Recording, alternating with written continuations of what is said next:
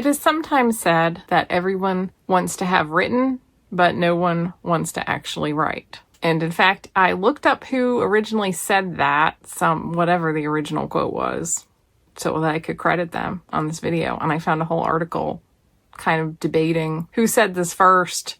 A bunch of writers have said it, so there's really no one person to credit it to. It's a common feeling to want to be a writer, want to have written, but not to actually sit down and do the work. I was thinking recently, after a couple different discussions that occurred on my Discord channel, that when we say we want to be a writer, we're actually often dealing with three separate impulses. One, I want to be a storyteller. Two, I want to actually write. I want to craft language onto paper. And three, I want to share my stories with other people. Or, in the more egotistical variation, I want attention for my stories. And I started thinking it might be a good idea to think of these as three separate impulses, because it explains a lot, maybe about yourself and other people around you who talk about being writers, once you start thinking of it as these three separate components. And how this started is I was in the Discord. I mentioned that I've been doing this TikTok and Instagram Reels challenge for myself, where I post for 90 days. I did a 30-day challenge last year, but I'm trying to do a 90-day challenge, and I hate it, but I'm trying to stick with it. I only have like a month to go, so I'm just trying to hang in there. And one of the members was like, just hearing you say that, makes me think I never want to market my books. I just want to write it for myself, throw it out there, and not worry about whether anybody really reads it or not, because the marketing just sounds so awful. And I was like, it sucks. I don't blame you at all for thinking like that. But the one thing that keeps me going is that I'm seeing sales of my books go up from doing the marketing like it does what it's supposed to do. And I don't like the marketing part, but what I do like is seeing people buy copies of the books of my heart, the books I've been trying to write and sell for decades, really, in a lot of ways.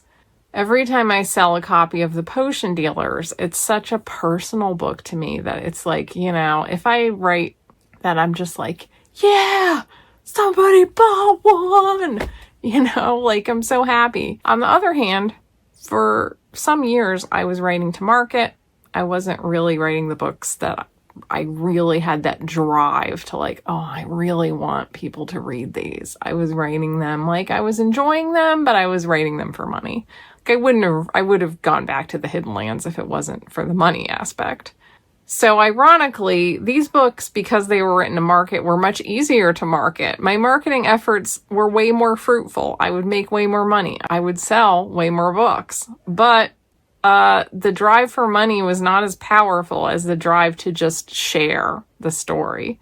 So I would always drop off with social media marketing. I would just hate it so much because I was like, yeah, I'm making more money, but it's so much time to do it. And I just don't have that drive for it. Whereas when I sell The Potion Dealers, I'm just like, that person could be my next big fan. And every big fan I get of this series means so much to me. I'm just so happy to share it. So it's a very different feeling. The impetus is very different. But some people don't have that drive to really share anything that they create, or it's weak. It's fairly low on the list of why they're creating it.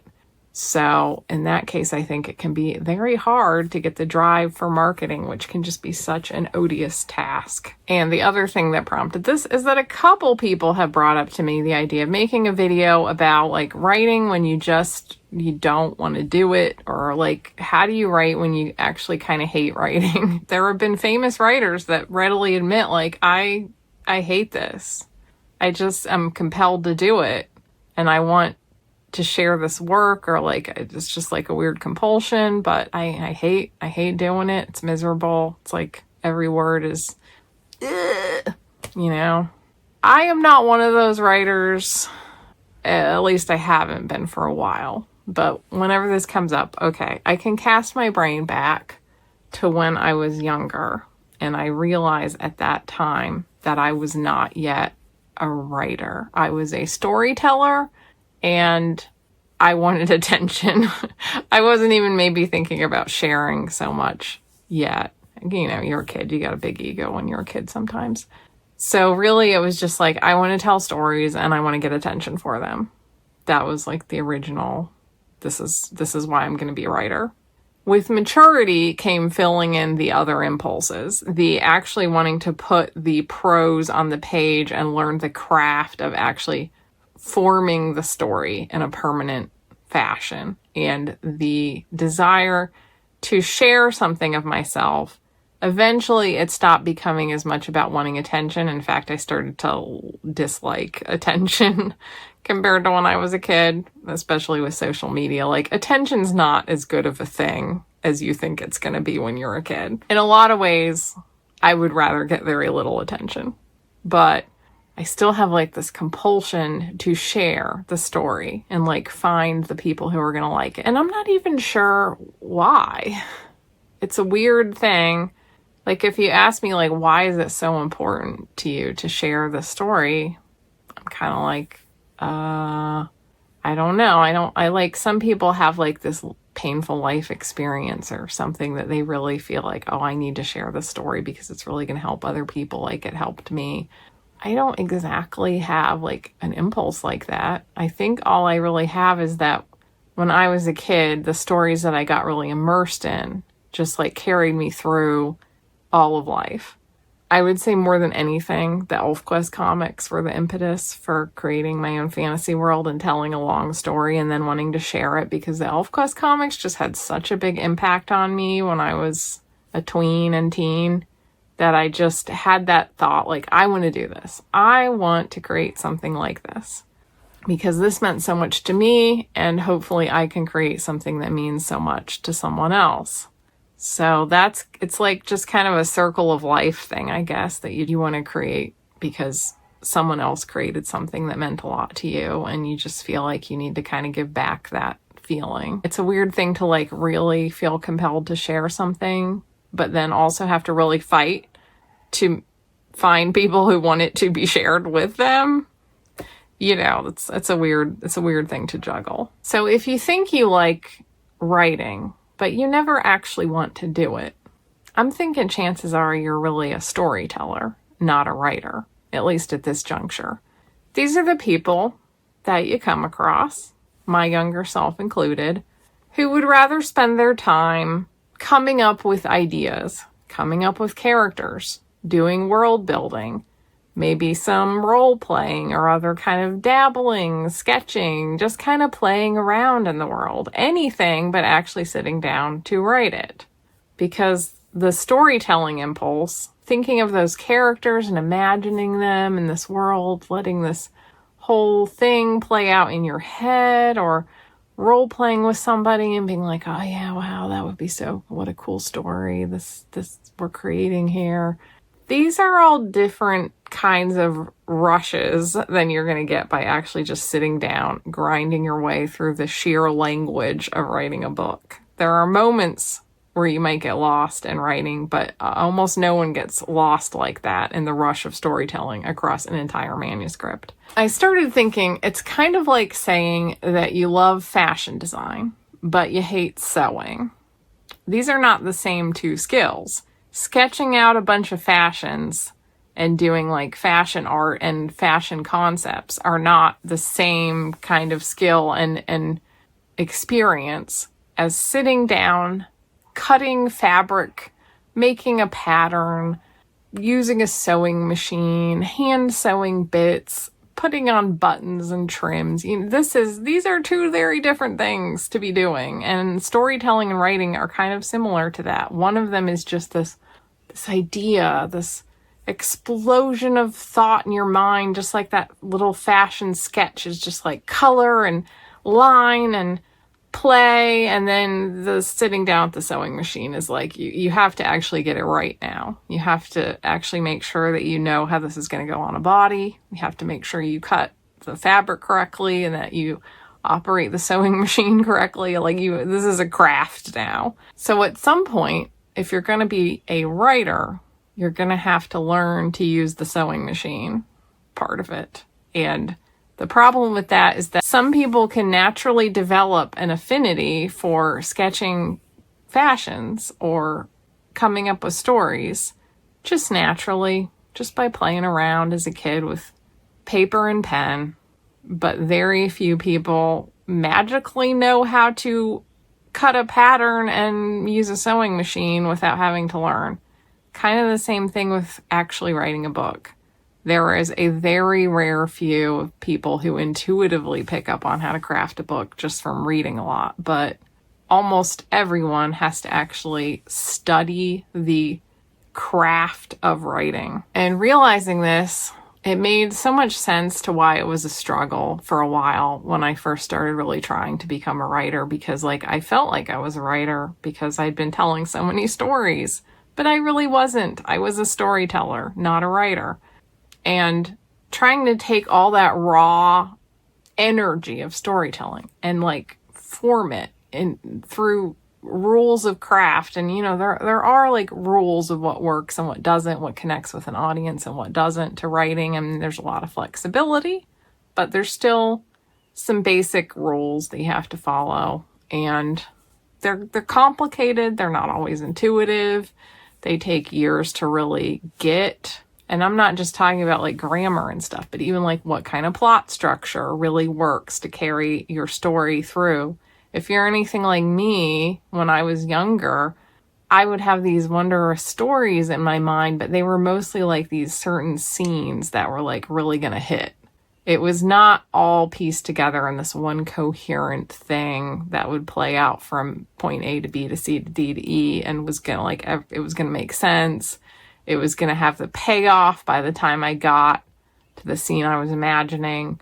No, I didn't need any of that in my head. I could just sit there and live that scene in my head and already have the payoff. So then you're sitting down. You have to figure out okay, for real though, how do I get to the payoff? This is such a huge task. It really is a huge task. It also kind of explains why I get people on the channel, I think, that are really passionate about using AI to write with.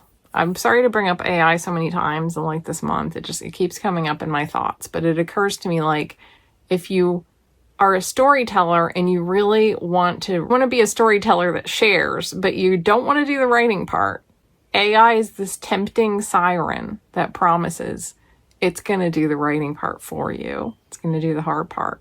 But if you never actually study the writing part, you never learn what really does connect with the audience. So I think that a lot of times using the AI is kind of you're starting where I was as a kid. You're a storyteller and you want attention. And AI is promising that it's going to be the bridge between those two things. It's going to take your story, craft it into a book. You're just going to be able to kind of tweak some things. You're going to have a finished product, and then you're going to be able to put it out there and get the attention. But because you didn't really study the craft, you don't necessarily understand why the readers, by and large, are not connecting that well with AI writing. Because it's not that simple. There's a lot that goes into making the jump from wanting the attention to learning how to connect with a reader. Yet another one of my Discord members mentioned something that I could very much also relate to, which is she said that she only sits down to write when the mood hits her. She can't just sit down every day like she presumes that the pros do. And it's true. Since I became a professional, I generally do try to follow a pretty set schedule and write, if not every day, at least most days. Nowadays, the YouTube channel has become more of my job than it used to be, but that's also a lot of writing. I spend a lot of time working on these YouTube notes. I don't write full beat by beat scripts, but writing a good set of notes to riff off of can take me hours. So either way, I'm spending a lot of time writing my books, writing YouTube notes. I'm writing pretty much every day, even when I don't want to. But when I was younger, I only sat down to write when I wanted to, and I didn't think I would ever get to the point where I could just write every day. How do you do that? How do you get there when the muse isn't musing? But it's gotten a lot easier over the years, and I'm thinking again kind of the sewing analogy, like when you're first trying to learn to work within the actual structure of physical objects and how you actually craft something out of your ideas. It's so frustrating for a while because you'll make like these really aggravating mistakes, like this whole dress looks terrible. I'm gonna have to take it all apart. I screwed up the fabric. I cut it wrong. I'm gonna have to figure out if I can figure out some other way to fix it, or I have to just remake it, or I have to ditch this whole idea. There's a lot of frustration. I've never actually sewn a garment, by the way, but I have watched a stupid amount of Project Runway, as well as Rachel Maxey's channel, where she's always sewing like crazy cosplay projects. So, I don't have personal experience, but I think I can guess what it would be like. And I love drawing fashion and imagining clothes I can make for myself, but I have never really learned to use a sewing machine because I feel like I would just be like, I'd be so frustrated. I think people often don't look at writing that way because it doesn't have that same like really concrete types of tools that like crafts do. But in a lot of ways, you still have that same phase where you're trying to take your ideas and actually use the craft tools to put them into practice. And it's so frustrating for a while because you're just always making mistakes and like using things wrong, cutting things wrong, just screwing it up.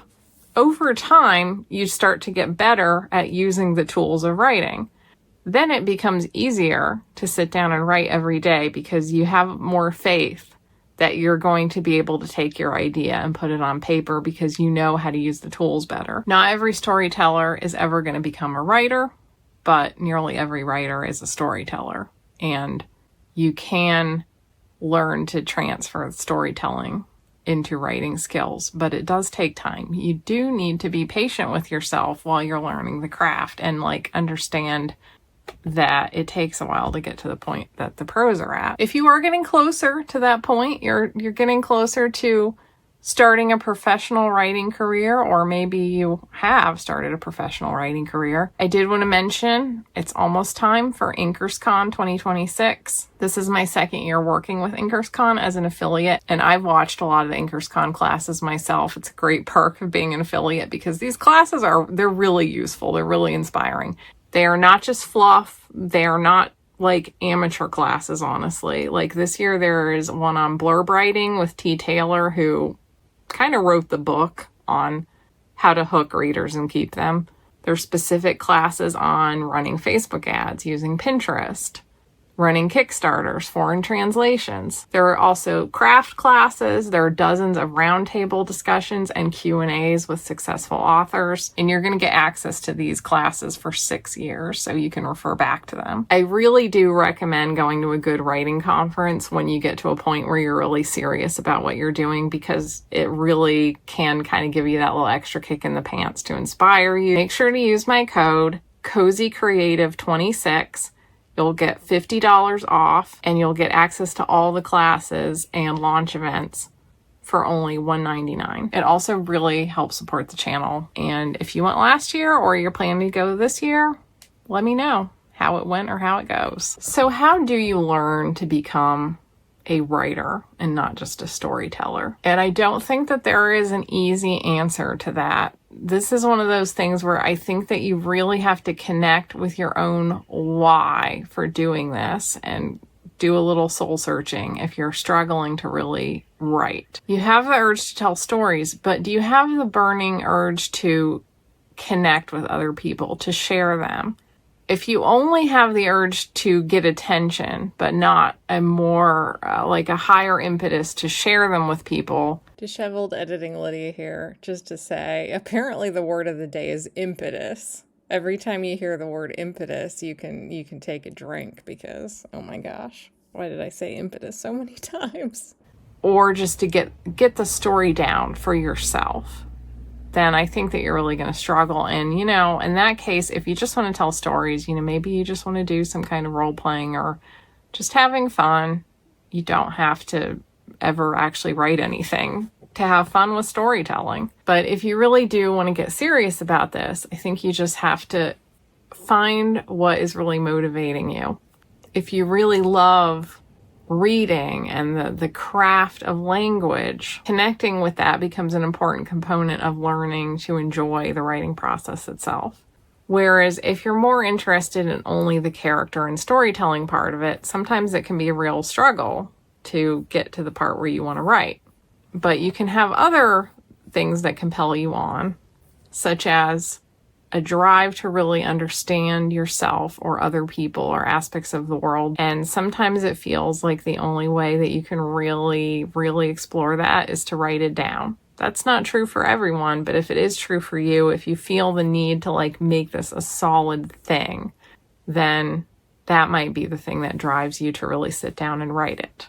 Because I know that before I really learned to tell a full story, even though I had all these cool scenes and theoretical cool characters in my head, something was always missing until I learned how to really tell their whole arc and put it down on paper. Another reason might be just the muse. The muse won't leave you alone. Maybe you're just a little bit insane. Let's be honest.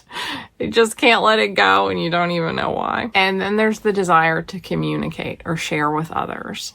Maybe you just want to share the love that you have of storytelling with other people. Maybe you want to get a particular story out there, or you want to fill a gap in the market that you really feel like, that's me, that's my story. I've had this experience, or I'm really interested in this thing and I want to put it into a story. That can really be the thing that compels you to learn the craft. And all of these can be the thing that drives you on days when it sucks. And then, of course, the last thing is money. Should always be last on your list because there are no guarantees in this business. But if you do start to get to a point where you've learned some craft and you actually sell something, making money sure doesn't hurt as a motive to continue getting better at what you're doing.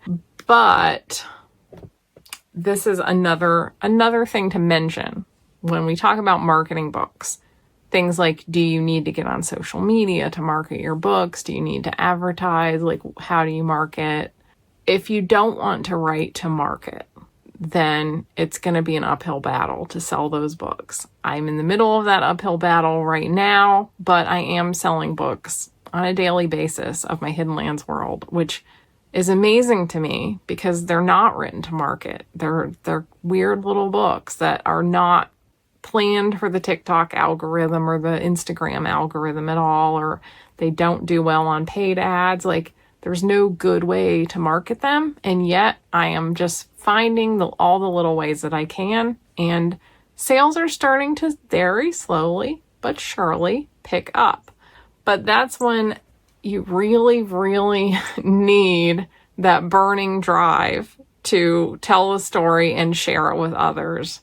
It needs to be this overwhelming compulsion. Otherwise, it is just not going to carry you through the brutal grind of trying to get stories like that out there. Over the years, I have learned to connect with all three of the things that drive me. My passion for telling the story itself. This is just me trying to understand the world, understand my psyche and people around me through character and story, and wanting to capture those cool scenes in my head. Then there's my passion for the craft. I do truly love the craft of language, the craft of constructing a plot. But these are things that I had to learn and study, and were the things that often made me want to tear my hair out. But when you finally gotten there, you get this deep satisfaction of sensing that you're finally starting to communicate all of the cool ideas and the storytelling that was in your head. And it is very satisfying when you do start to get better at it. And then there's my passion for connection. Finding like-minded readers who love the stories that I tell is something that keeps driving me on when my marketing efforts just feel incredibly frustrating, but I still can look at my little sales dashboard and go, I sold one book. Okay, I'm only making like $3, but I'm just so happy to connect with somebody, and that keeps me going. So I hope it's helpful to think of it as these three different components and not just, I want to be a writer. Might help you kind of sort out some of the blocks you're having. At least that's my hope when I started talking about this. But it is also fine to just stay a storyteller or to stay a writer who does not does not yearn for the sharing, the connection, or the ego boost.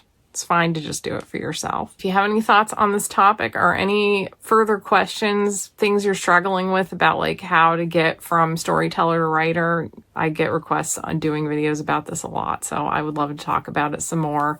But sometimes it helps for me to know like what are you particularly struggling with. So just let me know any thoughts or issues that you're having and we'll continue to talk about it. If you're new here, my name is Lydia Foxglove and I'm a fantasy author. I've been mostly making my living as a writer and creative since 2009.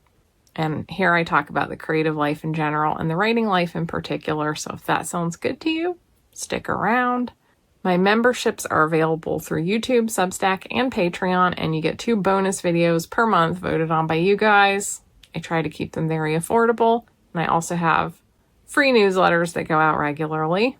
And if you'd like to read any of my books, my Hidden Lands books are the ones I'm most passionate about, but I have a number of them, and reading them helps support the channel.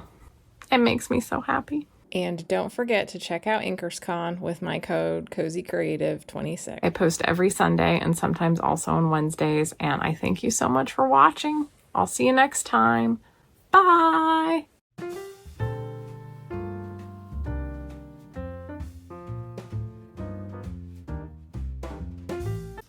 What are you doing? What are you doing? Do you know how to get down? Do you know what your goal was? How'd you get up there?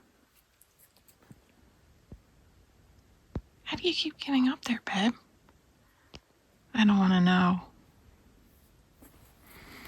You can't journey higher.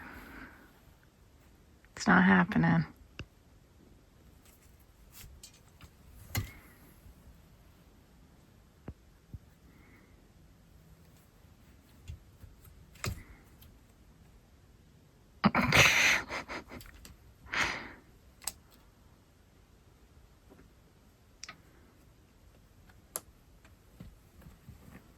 Whoa. Whoa.